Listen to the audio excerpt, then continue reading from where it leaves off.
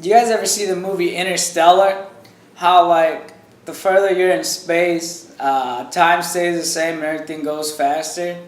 That's how life's been feeling lately. Except I don't know if I'm in space or if I'm at Earth, and I don't know if I'm Matthew McConaughey. Uh, I might be the daughter. I'm not quite sure. What the heck? Our special guest of the week is Angelica Mercado.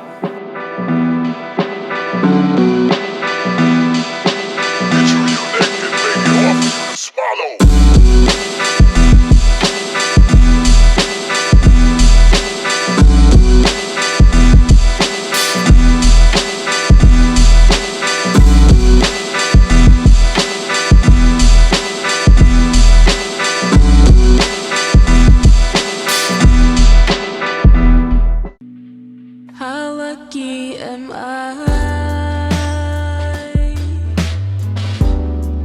How lucky am I?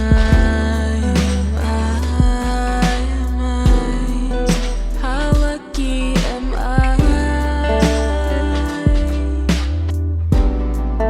How lucky am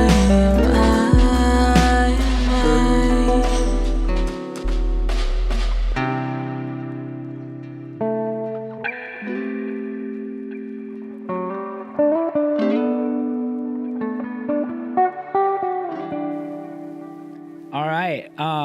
Welcome to where's the camera? Right there. Welcome to the Chamlife podcast, everybody. What a great intro song that was. So smooth. So smooth. Thank you, Gustavo. Gustavo's kind of like the built-in sponsor, but I'm super excited for you guys this week because we have our first official sponsor, and it's probably from me saying they've been the sponsor since this podcast started. They finally sent me stuff. So it's Shane Art. Look at that, 605. I don't know Roman, but apparently this is 605 in Roman. Or what's the numbers with the sticks? Anyways, I'm not an artist, but today, our guest, somebody who is Angelica. How do you say your middle first? The other parts of your name, Angelica? Angelica Mercado. Angelica Mercado. All right. So, any relation to my favorite, probably maybe the only bodega in Sioux Falls, Mercado, over on West? No relation. It actually means market. So Oh, really? that's probably why you're going to see a lot of Mercados. So is that kind of like the Indian from India, South Asian Indian, similar to the last name Patel? Because I learned working in hotel customer service, Patel means shopkeeper or business owner. Really? No relation, but I actually worked for Patels. I owned a hotel at one point in time. Nice. So Mercado just means market. Yeah. So is that what your last name means too? Yep, I guess so. So it doesn't mean like market owner. Nah, supermarket. Like Patel is kind of like a class thing. Kind of like I am a Patel. This is my class. Kind of like Sam, police officer. If I was a police officer and we were in a weird country, not saying India is weird, just a different country where our last names were like what our families were known for, I'd probably be Sam, minimum wage employee. What would yours be? I'd be Angelica Supermarket. So Awesome. Are you from the area? Would you say? And what does that mean to you, area? 'Cause, like, don't get me started. the world keeps getting small, right?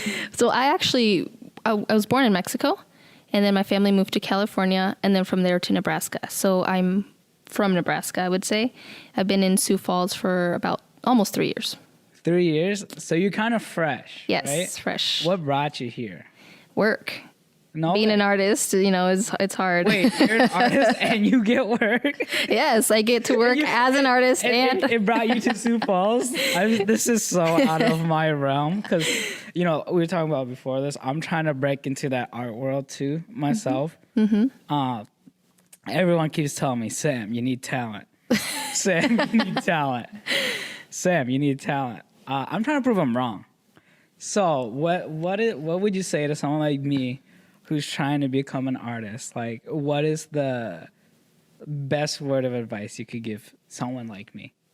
Well, people are going to tell you that you can't make a living being an artist. You know, I started with political science actually when I went to school, and it wasn't for me. It was boring. So I decided to pursue the arts. And of course, you get people saying, well, that's not really going to make a living for you, you know, kind of deal. But I think you just have to trust yourself. And I'm all about the universe and trusting the process, and it can't let you down kind of deal. So, you know, just trust yourself. There will be a lot of self-doubt. But I think no one knows more than you what you need and what you want. You know, that resonates. Vince and I, we came up with the name for this studio. It's called KAIZEN, which is the Japanese philosophy of, it's a bunch of things, but direct translation is like change and good are the two characters. And then it's also like a process of a continual improvement. And also one of the tenets is trusting in the process. See, there you go. Process is the key. This was meant to be. I needed to tell you that you can be an artist. So, but it's so funny that in our art endeavor, we named the studio something process-based, you know, like focusing on the process. Sure. Because, like, for me, I was just like, I may have no talent, but if I trust the process, and it's like, I take the Kung Fu movie approach, you know, where it's like you do the same thing 10,000 times, you're going to get good at it. Talent or not. Right, yeah. I mean, that's worth something. To me, that's what trusting the process is. Is that how you would say trust the process? I would say so. You know, there are a lot of, like I said, moments of self-doubt. You know, one day you feel like an artist, and then next you're like, what am I doing? I can't do anything, right? But I think at the end you get to realizing that you're doing it for a reason, and that reason is what kind of keeps me going, you know, that drive. And that's how I trust the process, that I know that in the end, the actions that I take to where I want to be are no mistake.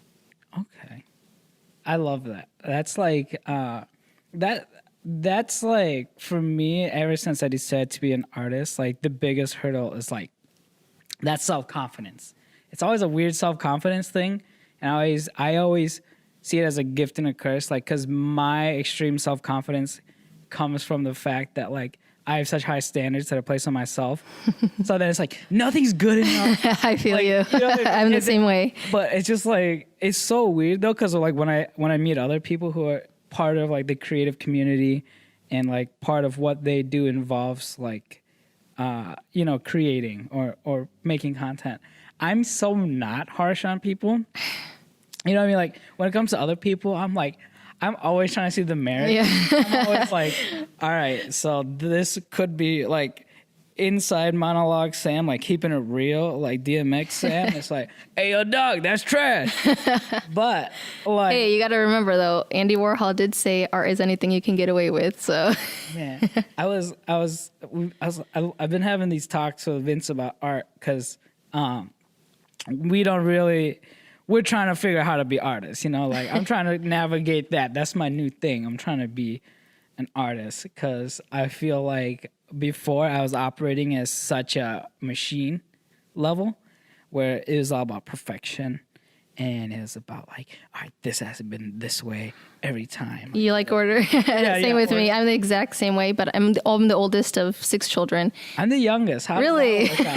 So I don't know how to justify it for you, but for me, you know, I'm a first generation student, and my family, you know, moved from Mexico to America, and the pressure's on. You know, you can't mess up, and you have someone looking at you. Because like, I come from an Asian family where it's like, if you're not a doctor or a lawyer or whatever, sure. It's like, yo, you kicked out of the house at 6. Like, by 6, if you haven't decided you're being a surgeon, you're kicked out of the house. So how did that work out then? How? Yo, dude, I'm the black sheep. Like, I'm such a black sheep in my family. Like, both my blood brothers are engineers, like master grade engineers. Like, they have masters. Maybe one of them has a doctorate. I don't know. And I went to school for political science. You know, and then now I'm doing art, I guess. Like I'm trying to get into art. I don't know if I want to say I'm doing art yet, because like it's not like feeding me yet. But does it need to? I mean, the best artists didn't make it until they were dead. So I mean, if that's an inspiration, if that is like the trajectory and like that's the gauge for great artists, like if my diabetes kills me like in the next 5 years and then I blow up. I might be happy with You that did it. trajectory, You did 'cause, something like, right. This whole time we've been having fun. This is the weird. Is all right. Here's my real question with you, for you is I don't get this because we've been doing art and we've been doing this stuff. Is it supposed to be this fun? Am I supposed to be like? It doesn't seem hard and it just seems fun, and I'm just so confused. Well, I'm going to ask you, have you struggled with it yet? Struggled.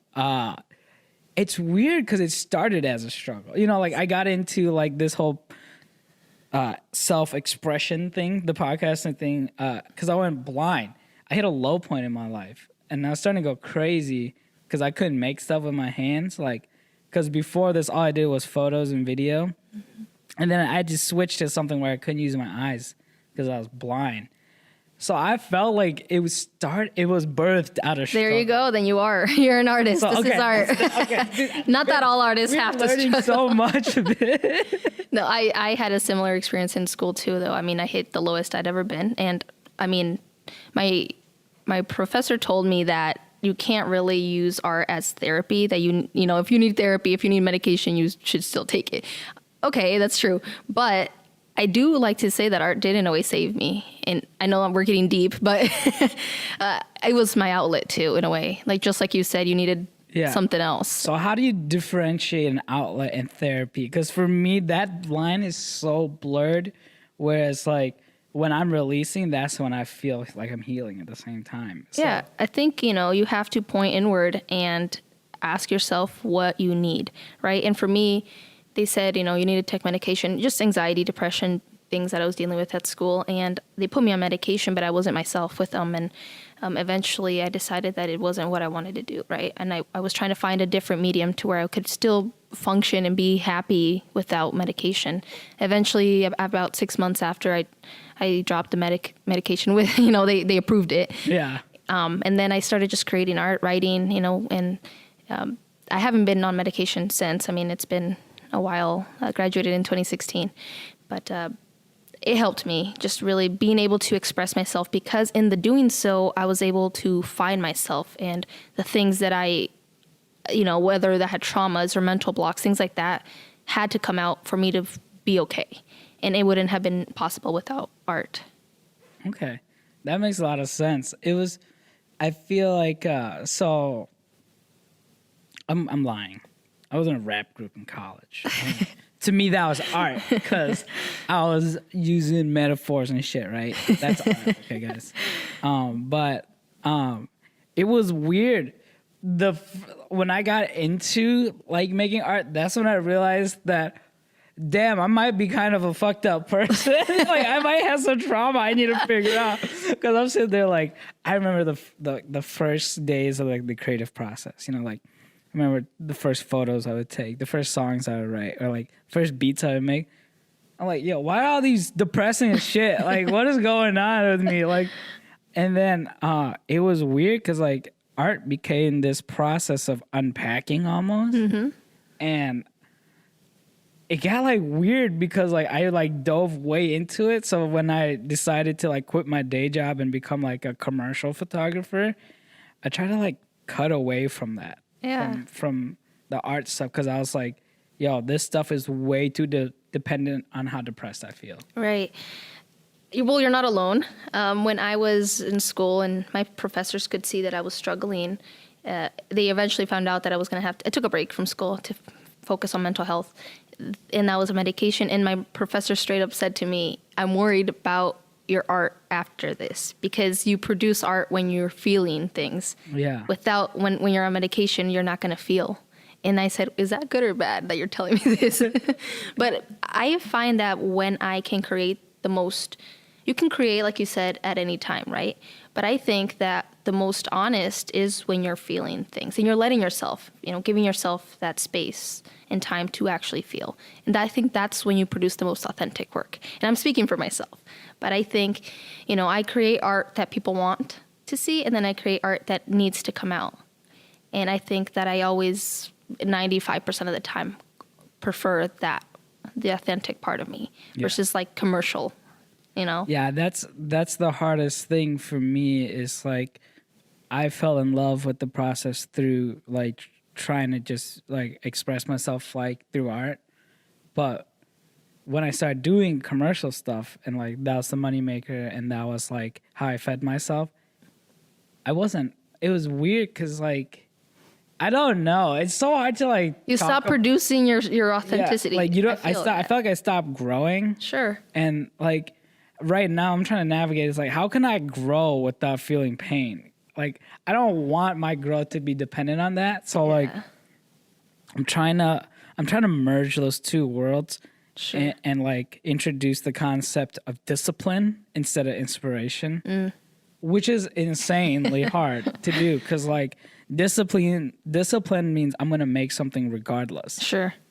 And inspiration means I'm only gonna make something good. Right. So and as perfectionists, whenever we just produce to produce, we're not happy with it. But we need to be able to keep producing. I feel that. Like I work at the Arts Council, and I'm helping everyone else, but I don't give myself time and space to create, sometimes. So I mean, the part of me that always asks to produce work, create work is like, what's going on, but also I'm scared to let myself produce art that isn't coming from something larger. Does that make sense? Yeah. So I think we're on the same page there that, you want to be able to make a living with your art. But at the same time, you want to know how I've rationalized it. And what do you want people to know you? Well, you could create art, anybody can draw something reproduced and sell it. But what are you going to be known for, Yeah. And that's the thing that I don't want to produce. I told you we were going to go deep. Like, oh man, what do I want to be? I know it's difficult. You don't, they tell you, well, don't be a sellout. So do you make a couple $100 here and do something, that everyone else is doing? Or are you going to wait until something pours out of you that is that you want? Yeah. See, like I try to chalk it up to this, where it's like the production stuff, the commercial stuff, the deadline stuff. That's the kung fu stuff where it's like, it's part of the 10,000 strokes. Sure. And that part of the process contributes to the skill. And then that skill I can take to express later. But like sometimes when you're caught up in that, you don't ever get to the second part that you're trying to build towards. Yeah. Where all you're doing is building skill, and then you forget how to express. Right. And then you can't sleep at night. And then you're like me. And you're like, what am I doing? I know. I want to stay up till 3 a.m. when I'm really into a painting, but then I have to remember I have work in the morning. It's like my professional art and then the creative art. I mean, see, that's tricky because like at least for me, like I can have that clear divide where it's like, all right, this thing that pays me is this 30-second ad that I'm about to produce for a brand that's like, all right, we're selling a water bottle, whatever. We're selling a paperclip. I know there's a clear objective, right? Sure. So for me, it's like, all right, compartmentalize. This is this, and then the art stuff.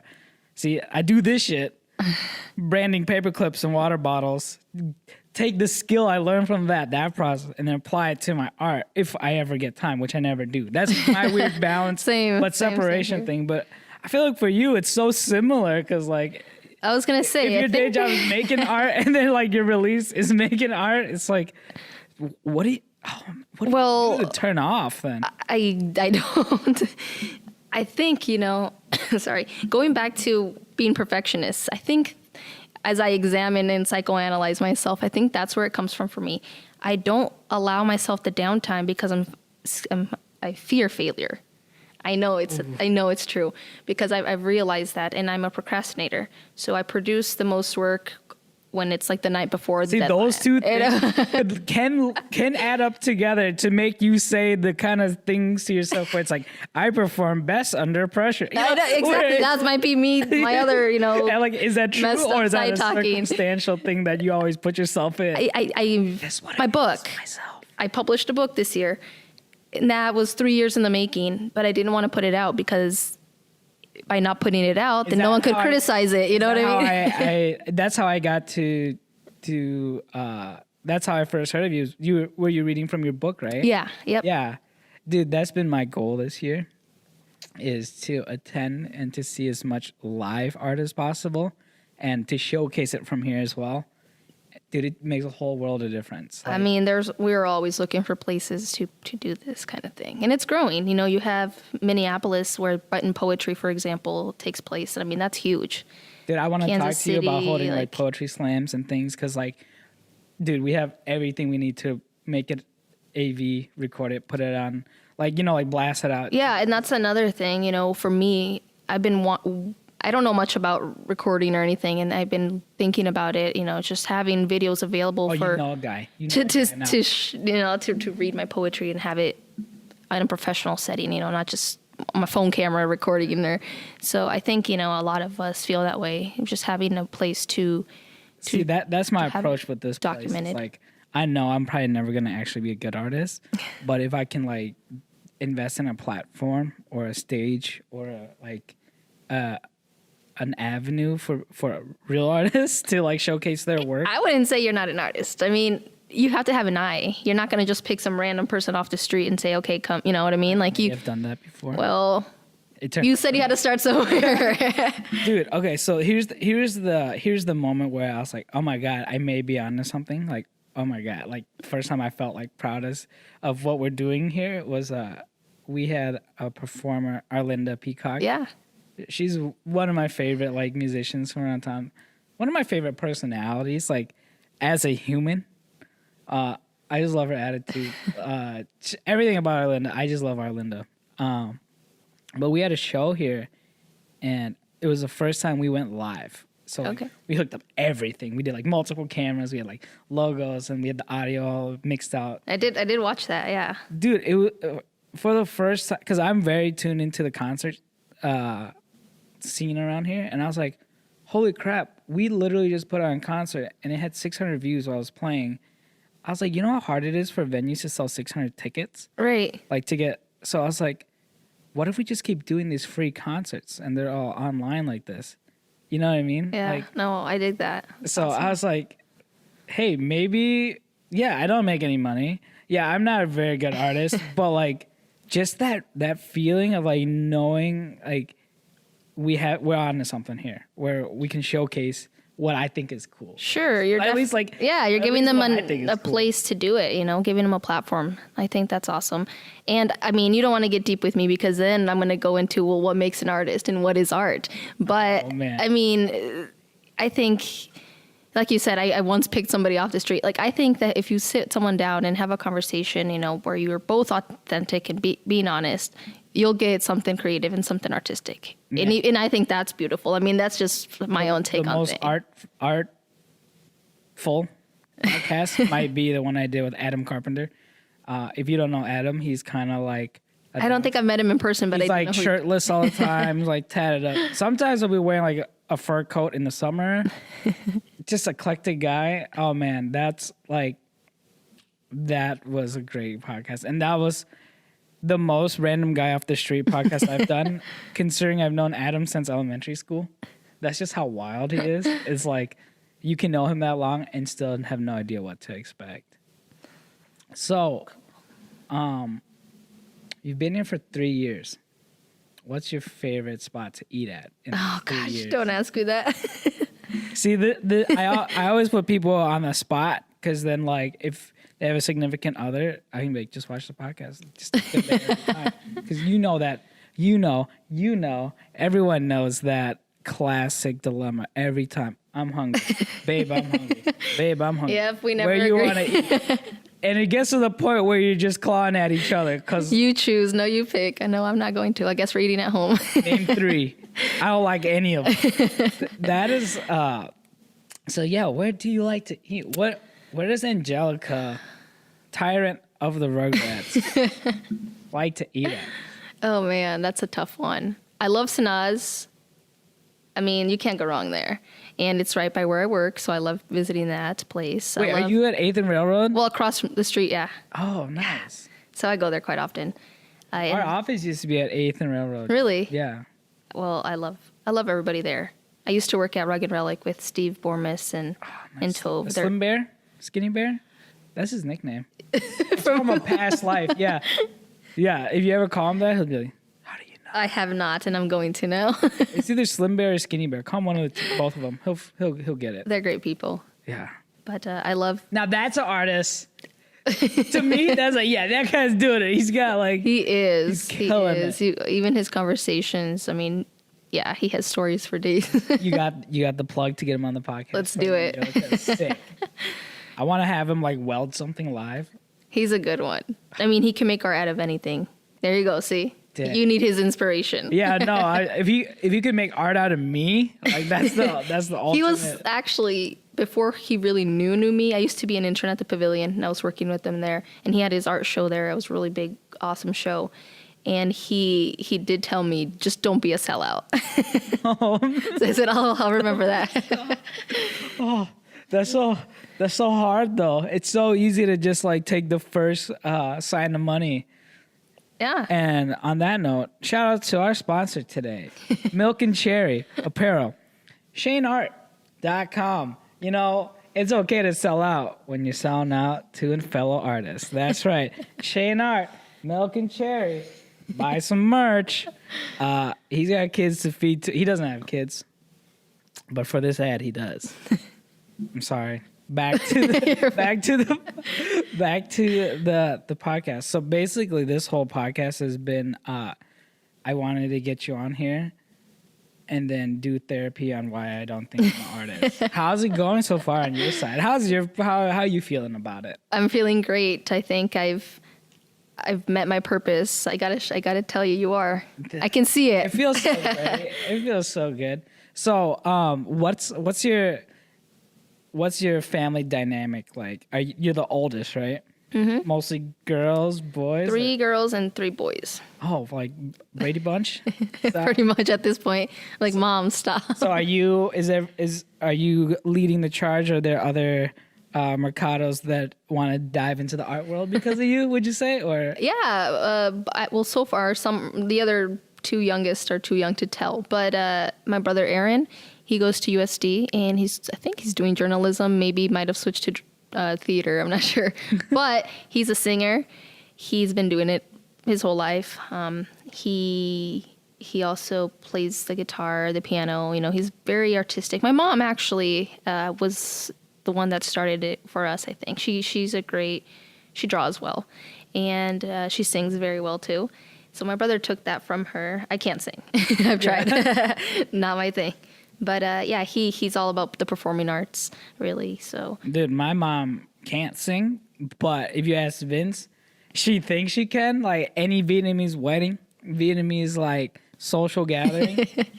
Like if there's a live band, she'll take over and do like live karaoke any chance she can get. So I feel like maybe dormant inside me is like this mediocre singer as well. Hey, well, I like to argue that you don't necessarily have to produce to be an artist, you know? You don't have to keep producing just to produce either. Like the artist is always an artist, I think. And I always use quotes, but I can't remember the exact wording, but Pablo Picasso did say everyone's an artist. The problem is staying an artist when you grow up. So think about it though, this is deep too, but when you're a kid, you know, you express yourself however you want and no one says that's wrong or the color that you use there is not, you know, the right color or. Dude, if I did the stuff I did as a kid now, like if I was outside fighting these bushes with a wooden katana, people would think I'm crazy. I'm a Well, no, not art. As a kid though. Not as a kid. They think you're crazy now. See, that's the problem.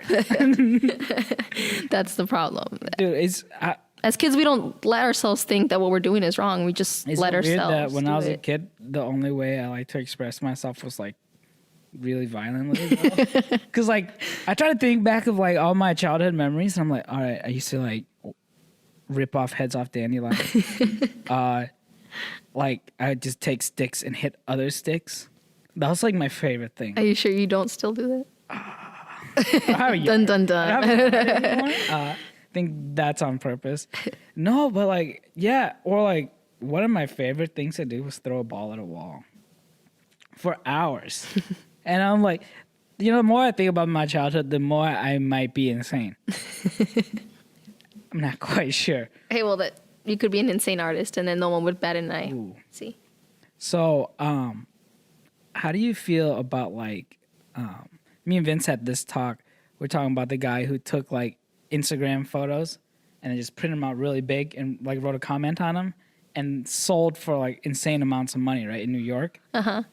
And I chalked it up to like, that's just absurdist art. That's where like you're pointing out a flaw in a system, right?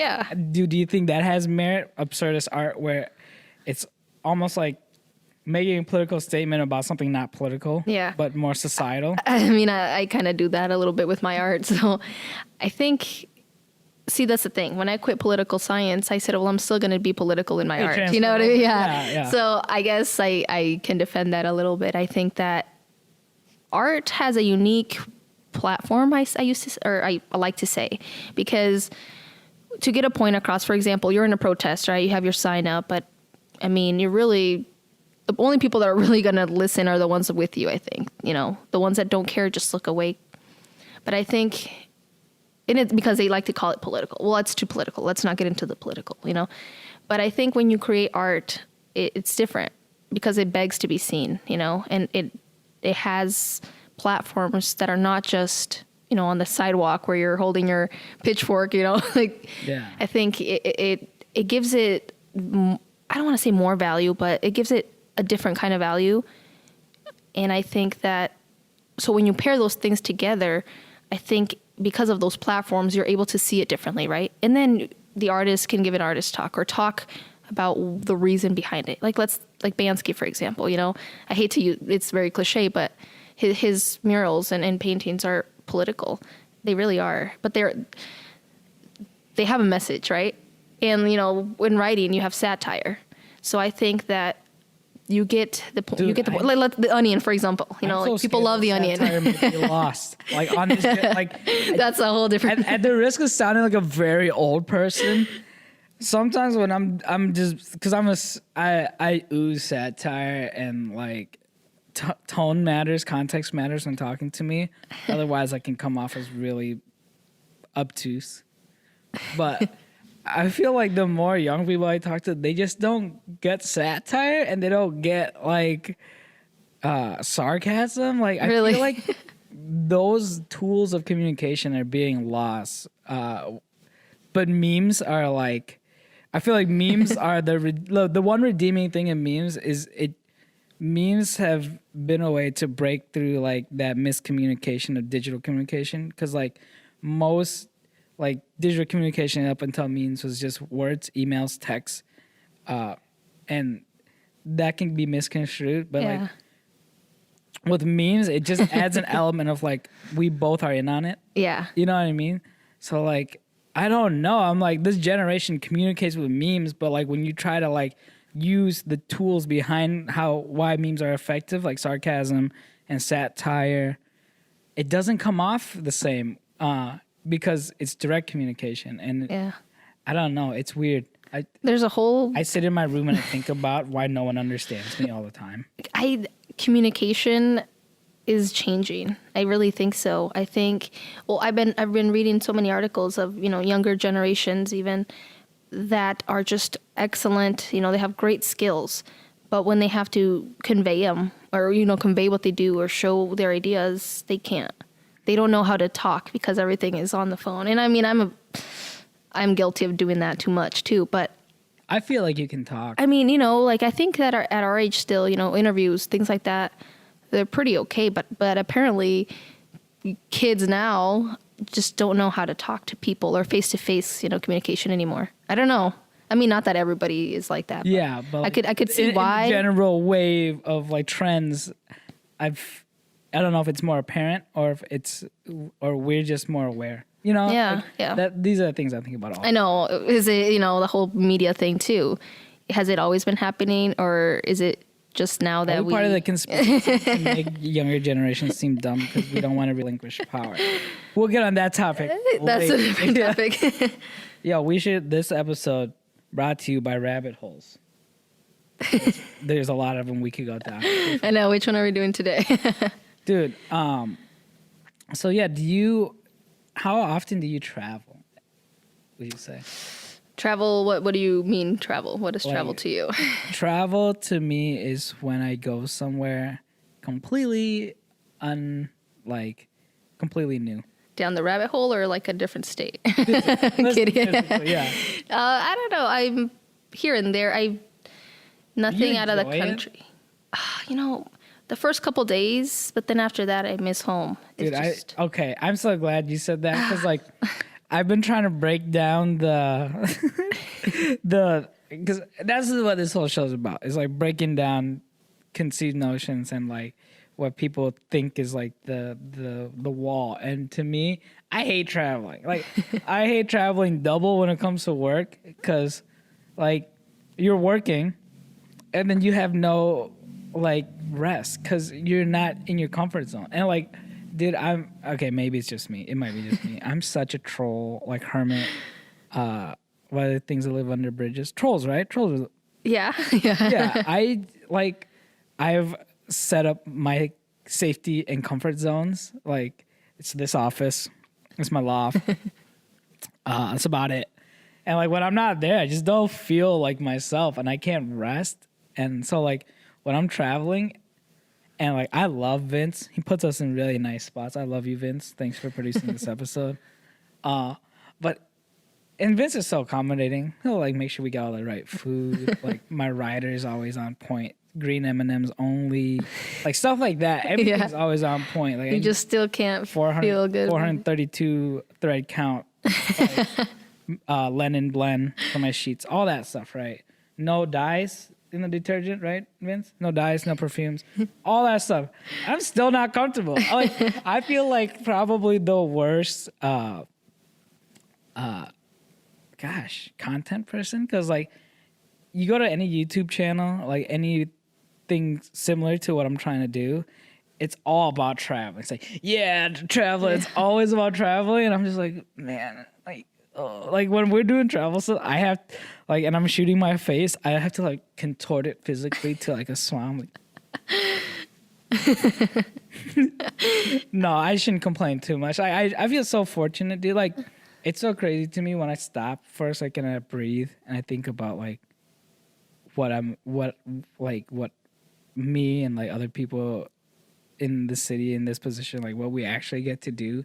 It blows my mind, dude. Like last generation, my family was like getting their legs and stuff cut off in mills in Vietnam. Right? You know what I mean? Like that's one generation away. I know. Like I'm one generation. Like I was born in Vietnam. You know what I mean? Like I'm you got to see some of it, much attached to that, and like I love traveling, but I feel guilty sometimes because my family can't either. You know, they're just. I feel guilty. That's probably the biggest thing because I know like my mom loves to travel. Yeah. And stuff like that, and like she's been able to travel, but like I feel like most of her life has been fighting poverty. Yeah, exactly. And then now I'm just like complaining about it. You know, I know. Like she's giving me the opportunity to complain about traveling. Like I know. My dad hasn't been to Mexico in 19 years, and that's his only dream, to be able to return. And so anytime I travel somewhere, it's like, oh, yo, let's get him back. He's never left, those Nebraska really after staying there for over 20 years. But that's probably why I subconsciously haven't been back to Mexico. I want to, but I feel like going without him is kind of. Well, we're there right now. It's Cancun back here, baby. Like, yeah. See, we should have brought him with. Yo, if I brought the show, he'd be like, wow. Just like I remember as a kid. Probably not, dude. I can't imagine the changes Mexico's gone through in 19 years. Because like, yeah, I go to Vietnam. I used to go every like 2 years, and then it got to like every 4 years for a while. And just like the last couple of times, dude, the change is insane. Like. It's been insane lately. Like one time I go to Vietnam, there's like no toilets, there's no electricity, like there's no internet. Like 4 years later, everyone has a cell phone. Like it looks like Tokyo. Like, dude, it blows my mind how things can change. Like when you're not paying attention. I know. It's funny because he always tells me we should go to Mexico. It's easy living. It's peaceful. Like he always talks about how peaceful going in the field. Like he has this notion that like it's gonna be the same way as when he left. Oh yeah. And I'm like, Dad, I think you're going to be disappointed. Yeah. But I travel. But I think we want to see new places. But at the same time, I get homesick. But I like to travel in the way that it connects me back to home, if that makes sense. Like I then remind myself, wait, maybe home isn't as crappy as I thought it was. You know what I mean? Yeah. Like, especially the Midwestern hospitality type of thing. Like you go to New York City and no one looks at you. Like people push you over, like, get out of the way. Like I enjoy that. I enjoy that big city and anonymity. Don't even ask How do me you say that word? I can't say it either.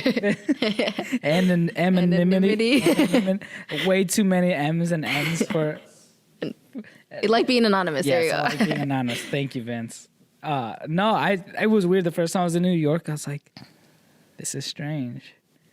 This is crazy. Like, I could poop right here. You know what I mean? Yo, when we were in San Fran, we saw someone poop in the streets, Vince. Wow, great segue. Cue that B-roll, that lady pooping.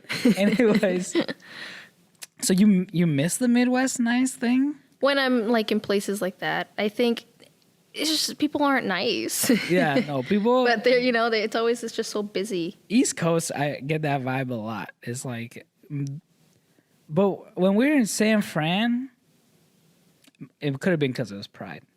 I think the environment's just way more welcoming. Everyone, yeah, everyone's just celebrating. But it didn't get that vibe in San Fran. It was cool in San Fran. It was like no one was like bothering you, but like everyone had like a good, like they had like good expressions on their face. Like I don't know, but like when you're in Boston or the East Coast, everyone just looks like trying to run you over if you don't cross when you're supposed to cross. Like hit their dog or something, like just like just angry people. I know. I was told that I wouldn't make it. Actually, when I was in New York, I went to visit a grad school. Yeah, my top choice at the time, and I was told that I wasn't going to make it because I was from the Midwest. Like just straight up, like, oh, he said, how are you even cultured? I was like, oh okay, my damn. gosh, damn. And you don't even look like Legally Blonde. You know what I mean? Like, I would get it if you were like blonde hair, blue eyes, and say, yeah, I'm from Iowa. I told him, well, the same way you get cultured, but he was just so like just thrown back. Like, I can't believe you're from South Dakota. He goes, well, I've never been to the Midwest, but I can't imagine what it's like for you. See, that's when you flip it on and be like, I guess that makes me more traveled. Right? Exactly. He goes, well, he's just, you could tell that in New York City, he's a big deal. So, but let's just say that I didn't apply. I was like, never mind. I'm not doing this here. But then I think back, I'm like, I wonder if he did that to see if I had some tough skin, but. Yeah, no, I always think about that. It's like those kind of instructors and teachers. I'm like, how many really good mentors and stuff have I just ran away from and cried in a corner from? Like they try to break you down. How many moments of growth did I pass? Did I just quit on? Like, I know. Sometimes I feel like I'm a habitual quitter, but I'm like, I didn't quit that many things except for every single job I had. Sorry. I know. I tried. There was one professor who just was on my case at all times, and she just really like, if I didn't show up to like 2 classes, she like kicked me out of the class. Like, you don't belong here, basically. You need to get it together. But then I think back, I'm like, I think I needed that, like maybe if she wouldn't have done that, I wouldn't have gone at all. But is that kind of like Stockholm syndrome where we're like, our abuser didn't abuse us? That's what that is, right? I know. That's what that is. No, they were doing it because they loved us. I know. I like to think that she was my mom teaching whooped me. My ass because it was good for me. Like.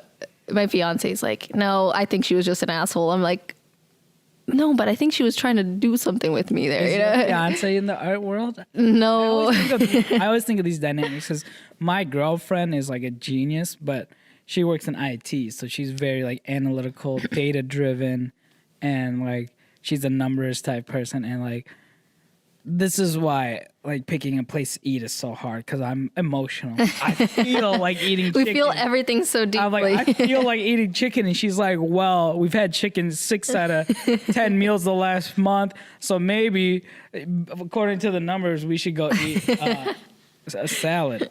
No, she's not artistic. Sorry. She, when I used to think of like the ideal partner, I always thought like they're going to be an artist and they're going to read books and it's like we're completely opposite, but it just works. Like she doesn't do anything in the arts, but she's always there to support me. And I think in a way that's kind of cool. Well, it is really cool, but it just balances out, I think. And she enjoys it. She just doesn't create it herself. Yeah, no. Nicole's like on that level too, where she like understands it and she appreciates it, but she's like the process isn't where she finds joy. Yeah, Either. I think that's what it is too. She loves being a supporter though. Like she loves like she's always finding artists online and stuff, and she'll buy their prints and stuff. And like to me, that's so it fills me with so much joy because like it. I know there's so many people like her, where like even though like their gain isn't from making it, but from like I don't want to say the word consume because that has such a negative connotation, but like.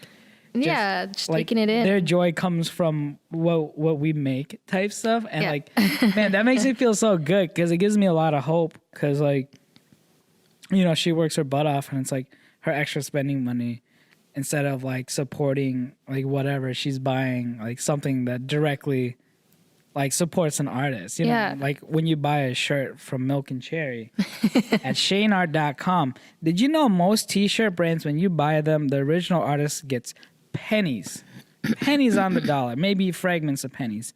Not when you buy from Milk and Cherry. That's right. Every single dollar you spend, and it's going to be a lot of them, go straight to Shane. That's right, Shane. I see you're a racket, but I'm still going to plug you. Boom, shaneart.com. Hey, Angelica, have you seen the mural at Pave or the mural across the street from the post office? What is it of? At Pave, it's more like abstract, and then the one across from the post office is like a face of a lady. Oh, that's Shane Art, baby. That's Shane Schroeder. Oh, okay. That's all you had to say. I didn't know what Shane you were talking about. If you were like me, because I asked him, I was like, how much for this mural? And he's like, $50,000. I was like, okay, I'll get a shirt. A $50 shirt's a lot more reasonable. So yeah, visit the sponsor, shaneart.com. Okay, I'm done plugging Shane for this episode. Okay, I feel like we've had a great conversation, Angelica. I still know barely anything about you. If someone was tuning in and there's like, shout out to the 3 people that listen to this podcast, and they've made it to this point. What's the one thing? What's the impression you want to leave behind? Like, what is like this is me. This is what I represent. What is Angelica? Wow. Whoa, what is Angelica? Oh, see, that's deep again. No, I can't. I don't know how to answer that. I don't think your legacy to be? How about that? That's even easier what did you say? question. What do you want your legacy to be? My legacy.